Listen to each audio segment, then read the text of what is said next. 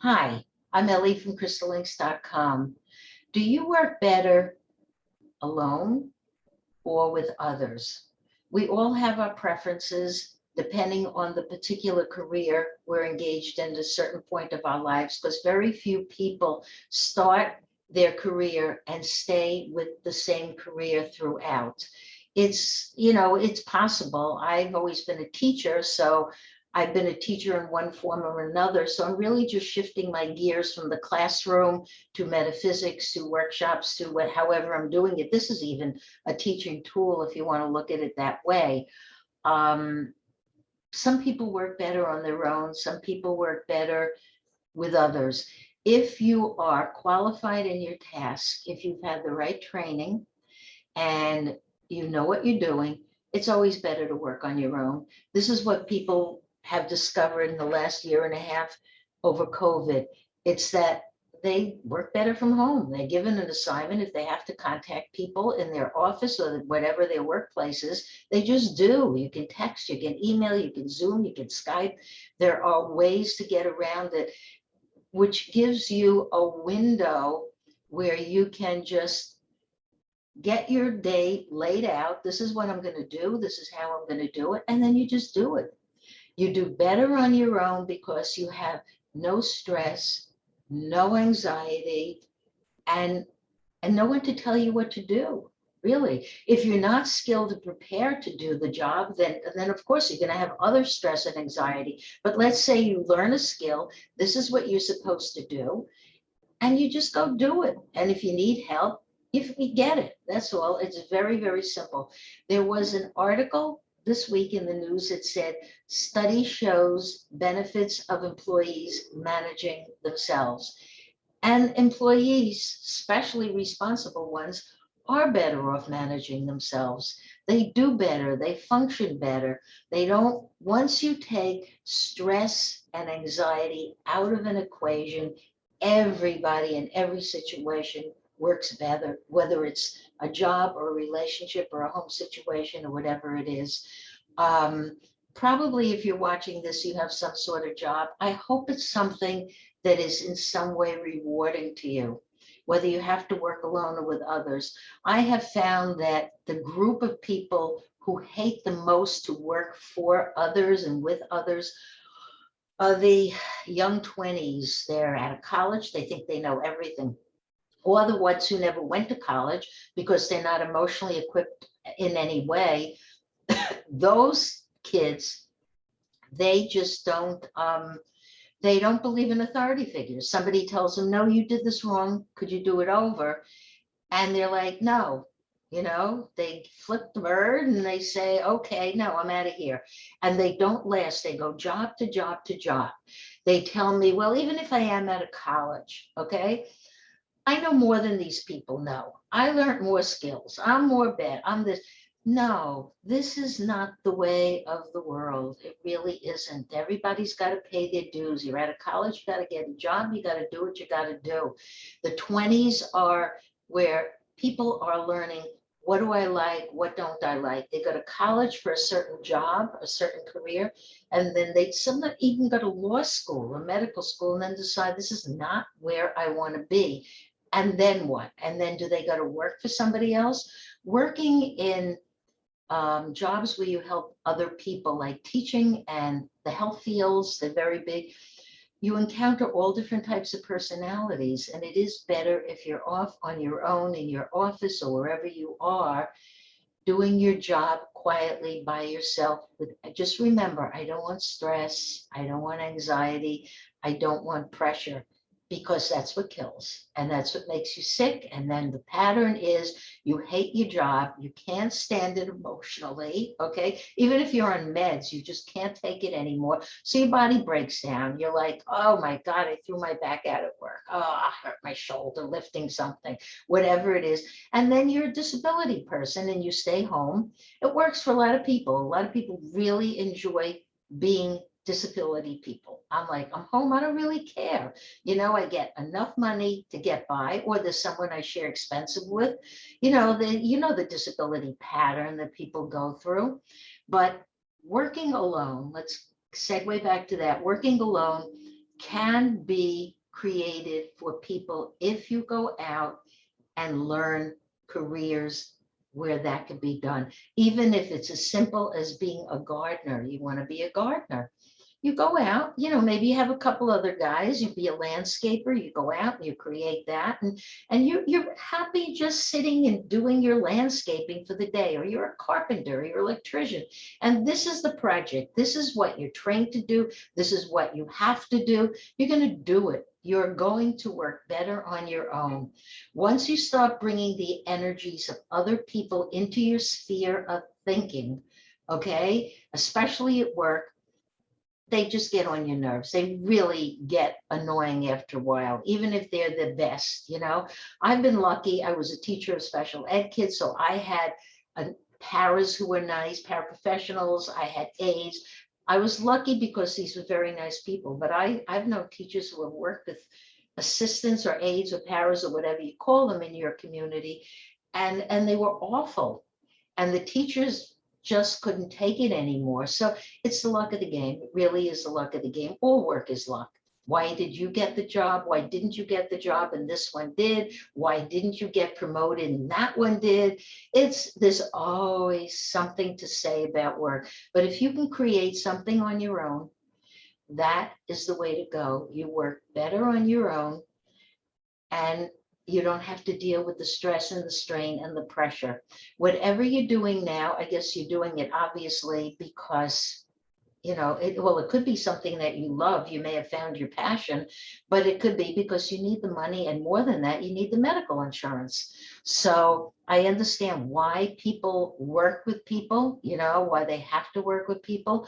But honestly, think about, while you're working at a job you don't like, in a situation you don't like, how you can train, what you can do, where you can go to school or wherever, so that you can go to school online and learn something that you can become independent, and you can be your own boss, or your manager or your foreman or project managers, they call them in corporate.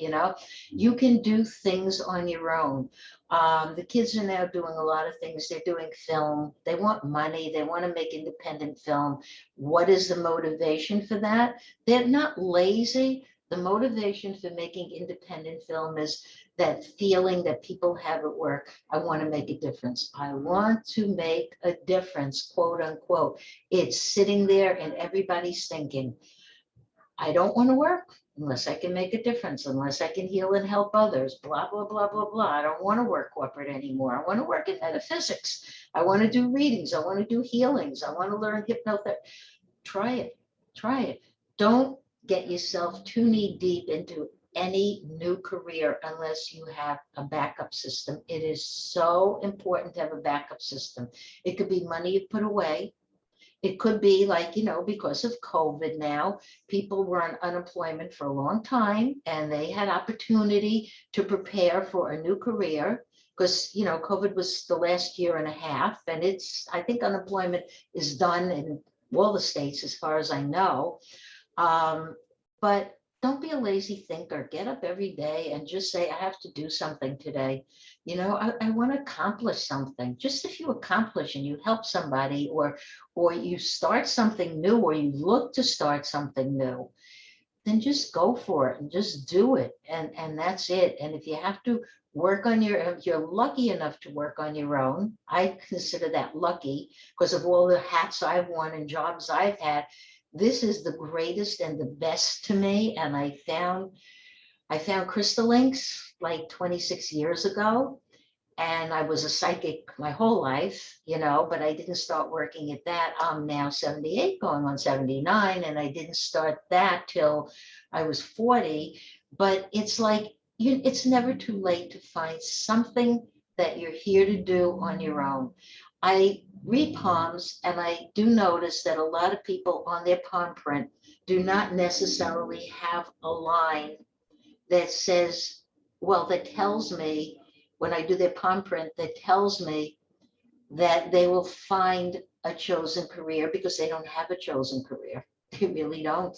Their choices in life really come down to their parental caretakers, they're this, they're that. There's a whole variety of answers to that one, but not everybody has a chosen career. But if you're just going to work at a job, try to make it something you feel comfortable with.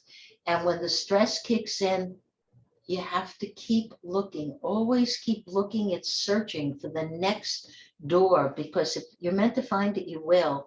And that door should mean you can work on your own, alone, whatever it is. I mean, my most recent client, I told her she was going to go from being a teacher into something that has to do with manufacturing clothing and whatever. And she now designs women's fashions. She never thought about it, but after I suggested it to her, she went to school for it. She went to, well, I'm in New York, so you can go to school for anything, but she went to school for it. And now she works on her own and she applies. She likes wedding dresses, actually. That's her favorite. And she makes wedding dresses for people. She sits home, she watches TV, she does whatever while she's doing all her sewing or whatever. These are wonderful things to do. The mind needs to be busy. It needs to be challenged. It needs to learn focus. These are very important skills, even if you have mental illness, even if the people around you drive you crazy. Well, that's when you say to yourself, I'm going to get a job, I'm going to earn some money, and I'm going to move out on my own. I can't live with other people. I need to have my own space for whatever my reasons are. There are times in your life you should live with others, of course, growing up and maybe marriage and children. And there are times that you do better on your own. Everything that you do with others, you might find doing on your own just as rewarding, if not more so, because the missing key ingredients when you don't have to deal with others is anxiety and stress. Those are the ones that kill. Those are the ones that break down the body. So whatever you're working at now, I hope you're enjoying it. I hope that you find yourself or start to look for something else. Go online. It's September. This is the time of the year. The spring and the fall are the time of the year that open up. See what's out there. See what you can do. There are very few people that go through life without working. Most people have to work one time or another, either till they find a way to go on disability and get out of work completely and say, well, I'm going to live on the money, based on what I did before. I'm just staying home. I can't work anymore. That's emotional, but just know that you can find something you can do on your own to support yourself if you take the time to look at what's out there in the world, to look at who can help you with this. There are people who can help you. And if you do have psychological problems, don't just sit there drinking it away or drugging it away or whatever. So your mind is a constant cloud and a blur. And when I'm telling you to go out and look for a job, all you could think of is, yo, Ellie, yeah, right. No, don't be that yo person who doesn't think anymore. They're like brain dead after years of doing substance abuse. Don't be that person. Be the person who, I don't use the word mindfulness. I don't use any of that stuff. I just use the word focus. That's the word, who can focus on finding something. It could be a small little part-time job. It could be watching somebody's children after school. There's so many little jobs. Right now, so many industries need employees. And if you qualify for something and it's reasonable to you, and know yourself, know whether you can work alone or work with others, know if you can only work part-time. A lot of people now mentally cannot work a full-time job. They just can't handle it. If you need to work one or two part-time jobs or even one part-time job, you're doing something. So you're not making a difference in the world. So what? Who really is? And everybody who tries to make a difference in the world, everybody goes on social media and shoots them down anyway. And then they feel belittled. It's worse than working with other people because they're saying, oh, the job I did is terrible and all of that. Don't involve yourself with other people's stuff, Just look around, find something, hopefully something you can do from home. On a computer, because obviously you have some form of tech because you're listening to me now. and see if you can find something to work alone. I believe in working alone. I agree with this article. Again, I'll read the title. Study shows benefit of employees managing themselves. Those are the employees who learn a skill, pay their dues in the beginning, okay? I don't mean financial, and get a job and handle it. And they get medical benefits and they get vacation time and they get a whole bunch of other things. And they might even meet some nice people along the way. So on that note, I'm going to say thank you for listening. And I hope you find, if you haven't already, I hope you find a job. Don't look to metaphysics to do it, because the old days of I'm going to be a metaphysician, I'm going to be a psychic, I'm going to be a healer, I'm going to be all of that, it's going to pay my way in life. Those days are gone. They don't exist anymore. You know, be very practical in what exists today. Okay, so that's it. Thank you for listening, and I'll be back.